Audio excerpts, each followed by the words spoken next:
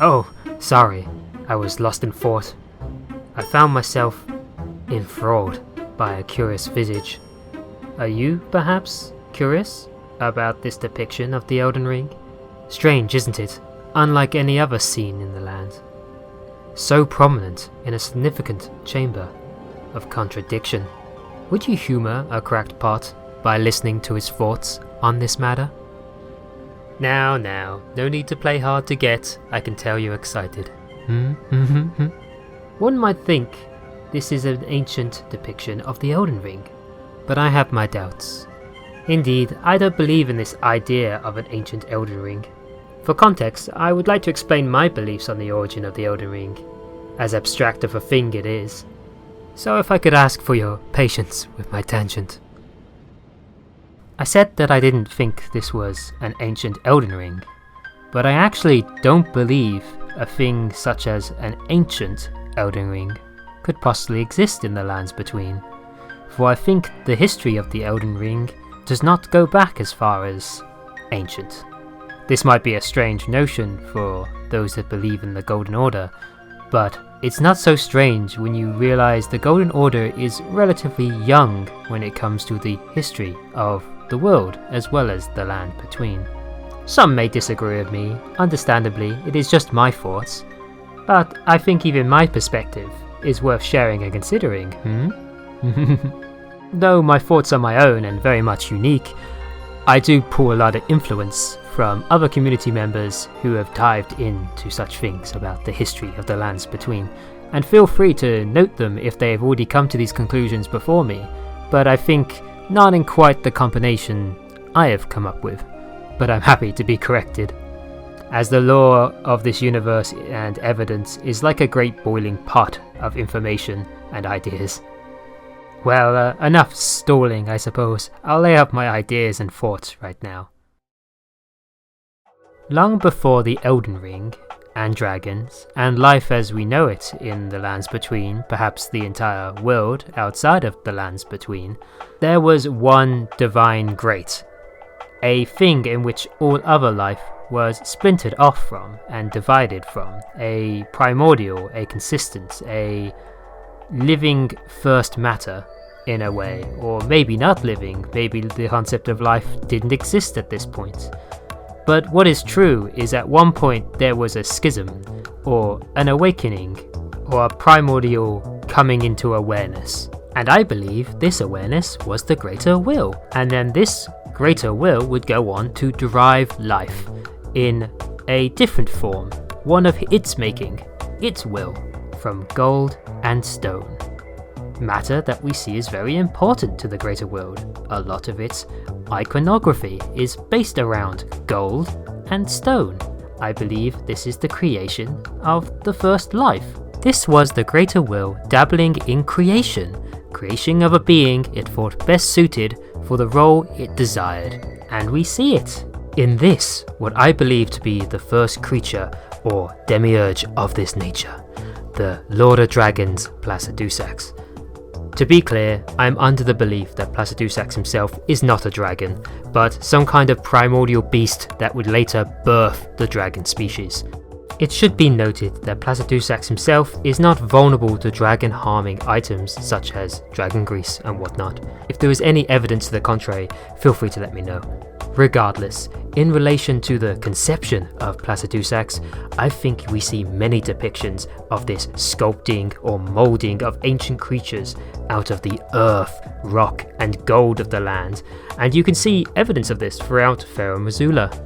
Maybe these are kin of Placidusax, maybe we're meant to believe that these are supposed to be burials of ancient dragons, but I don't think so. I think this is a depiction of the act of this primordial creation from the greater will, pulling life from very rudimentary matter to create something ancient and powerful, putting into it powers that we no longer can be birthed naturally. And the natural birth of ancient dragons didn't happen until the following generation, after this original Lord of Dragons was created. And perhaps it's the romanticist in me, but doesn't it sound biblical? the creation of life from earth and stone, rock, gold, thunder, lightning, fire, very much a thing a creator would do when producing its primordial life, like the Titans from other history. I personally believe that Dragon Lord Placidusax was the only one of his kin to make it out of this forging process of the Greater Will. But a Genesis story is not complete with just the Adam of the story.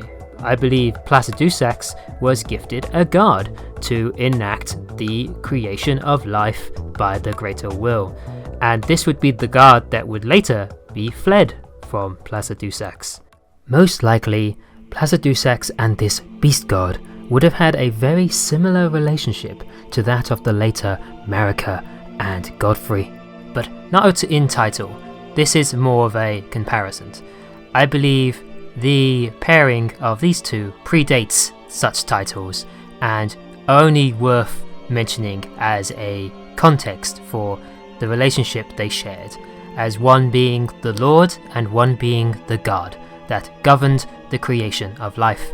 Such an ancient time was not privy to descriptions of this grandiose manner, for without a land you could not have a lord, and without a kingdom you could not have a king. It is only when the birthing process took place in which this kingdom and lordship began, and thus the titles were probably more bestowed upon them in retrospect. And from my description, you've probably already come to realize what I believe.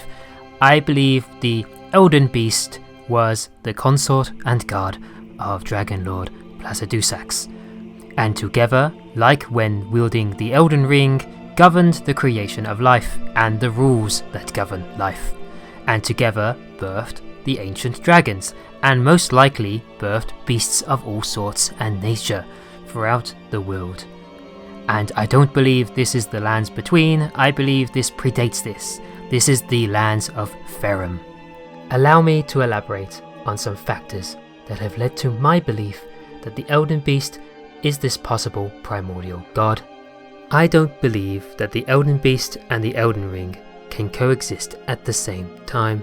Tarnished that have encountered the Elden Beast will note that it only comes into existence after the current vessel of the Elden Ring is shattered and allows it to dissolve into a primordial black liquid that then the Elden Beast coalesces from.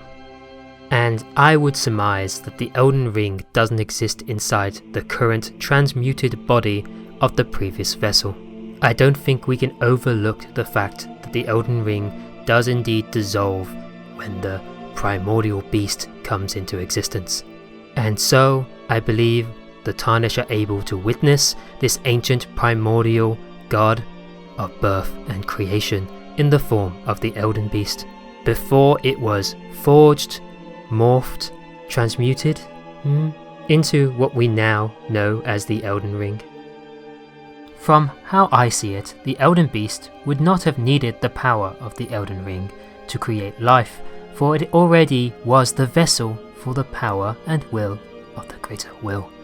Thus, it had the ability to govern over life without a more orderly method, a primordial method, which makes me believe that birth of life was probably more chaotic and organic originally, creating beasts and creatures of many types. It is also likely true that they were not the sole birthing of life in Farum at this time, just the original, and then their offspring would have offspring and so on and so forth, eventually producing creatures like the mother of the lesser dragons, and beastmen, and potentially humans with the shape-shifting ability of ancient dragons, but it could be many things. It is not as clearly outlined in any history I can discover. Though it is worth noting that the conception of humans may have derived from the dragon humans who were short-lived, and they may have been offspring of humanoid dragons, but this is a thought that came to me after listening to other theorists in the field. And it is here in the story I think things would change in the land of Farum. The Greater Will would have the Elden Beast yield to its command and send it on a star bearing itself to the lands between, fleeing its former lord Placidusax. This star would embed itself into the lands between like a seedling so it could gestate and later become the Elden Ring, and maybe much more. Yes, I believe that this early seedling that would become the future Elden Ring that we know within the story to date was embedded into the lands between and was the seedling for the Great Tree. Perhaps the Erd-Tree was something the Great Tree became later, but I believe this was the original crucible at the beginning. You know, it's interesting because I was initially thinking that this crucible was based around the era in which the seedling was planted and it became a tree and life was birthed chaotically out of this tree, but I don't think it needs to be as strict as this, because even the era where Placidusac ruled could be considered the Crucible era, because there was also rampant birth happening there. Perhaps the more outrageous and wild birthing happened when it was growing into this initial great tree. And I do believe the initial great tree would become the Elden Tree. There are many signs that point to this being the case. I also do not want to imply that this was an immediate process. I believe the growth of this great tree took many ages and dynasties before it ever showed any signs of becoming the great tree, and this energy was just kind of at the core of the lands between. And although there are many possibilities that could lead to this outcome, I believe that the Golden Star bearing the Great Beast was the event that shattered Farum to turn it into its namesake of Farum Azula. And it's no doubt that these traumatic events are what left the great Lord Placidusax in a state of stupor, hoping to hear a response from his god through deep communion at the edge of time. More evidence to my belief that the Erd-Tree sprouted from a corpse of a great powerful being is similar to how sprouts are left when we die carrying runes. This is a similar process where runes are more a depiction of great power, and the Elden Beast certainly was not lacking in power. And with the literal ability to create and govern life, one would think you would govern a rather strong sprout. Now, why the Greater Will would do any of this is a bit bewildering to me. Maybe it was unpleased with the state of order in this current Crucible era, or maybe it wanted more order, but why would it need to send its vessel into the lands between so it could be converted? I mean, how did Marika even get involved in this? And am I meant to believe that Marika somehow had the innate ability to just convert essentially a god of creation into a tool like the Elden Ring, and then just use its power and just make a tree? I mean, what's involved in making a tree? I don't know. Like, she made her own tree, but was it from the great tree? I don't know. Marika's motivations are all a little bit complicated, and I don't really understand, and I can't comprehend them, and it's a little bit maddening to be honest, and it leads my head to crack my pod a little bit, if you know what I mean. Anyway, maybe destruction is a fundamental necessity for creating new life and new order. It might be the reason why the Greater Will separated in the first place. But it would seem, after many ages, that the gestation of these primal energies was ready to be moulded or converted into a more orderly form, that of the Elden Ring. Thus the Great Will would call upon an Imperium to shape the powers of life into this Elden Ring. The act of selecting, summoning, creating, or modifying an Imperium into existence is still something I don't fully grasp. It's clear that it is derived of many key traits: the right lineage, the correct flesh, the capacity to mould the Elden Ring, and its primal energies. We do know, however, that the Greater Will called upon Marika for this task, where she interacted with these primal energies, assumably in the Great Tree, and constructed her Golden Order. In doing so, she removed death from life at some point. And this may have been a catalyst for later events, but we know that she changed the Elden Ring shape so the malleability of the Elden Ring is evident within the plot. Even ourselves can introduce new factors, take away factors, destroy it entirely, or discard it in some way. And thus completes my belief on the history of the Elden Ring's existence. And so this leads me to my original pondering. I don't think an ancient Elden Ring can exist, so I don't believe that this imagery depicts an ancient Elden Ring, because I believe an ancient Elden Ring would be the Elden Beast. In all truth, I don't believe an Elden Ring existed before the age of Marika as the one true god. I believe she constructed the first Elden Ring. I know many might be frustrated at this point, but it is my thoughts on the matter. Before we conclude with my crackpot theory on the depiction of the Elden Ring here, let us sidetrack a moment to ponder its placement here in Farum Azula. I know, quite cruel of me. Though it was a great star that most likely destroyed and dislodged Farum Azula into the sky, I believe its time warping powers was something inherent to the land, and it being dislodged in this manner has obscured its existence in time. For many stones that come from here have the ability to warp time, and it is something inherent to dragons, a trait deprived of the creatures born in the land between, but something that is prevalent in most ancient dragons, and only their later, more land-dwelling offspring are the ones that do not have these time-twisting scales of stone. And it is true that we find creatures from different times and eras all about Farum Azula, truly displaced from time. We have those from the past and the present, and some questionable periods too.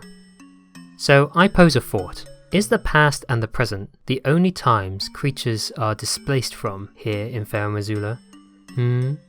A few enigmas stand out, and they don't quite fit that description. In this very spot here, where that contradicting depiction of the Elden Ring lies, one key individual stands out. Garant. Although seemingly ambiguous the time period Garant is displaced from here in Farum Azula, should we aid him in Dragon Barrow, some curious things come to pass.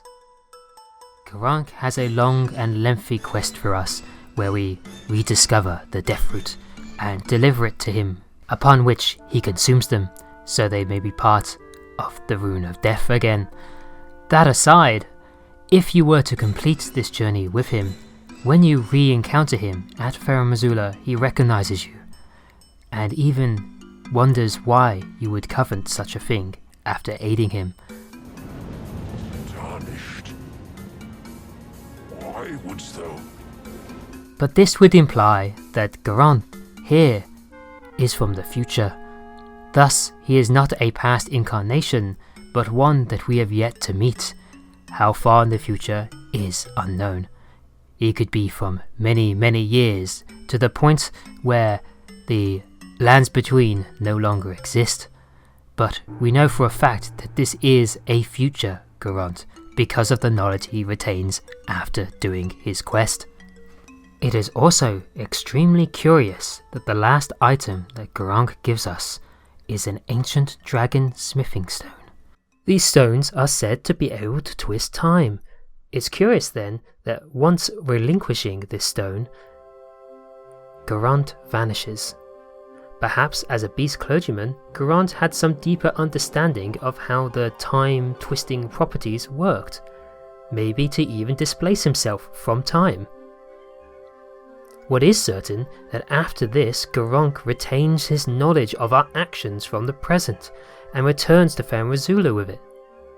Another curious entity that guards Garant's room is a draconic tree sentinel, another being that can only be placed at a very future point in the timeline, for this is the newest incarnation of the Tree Sentinels.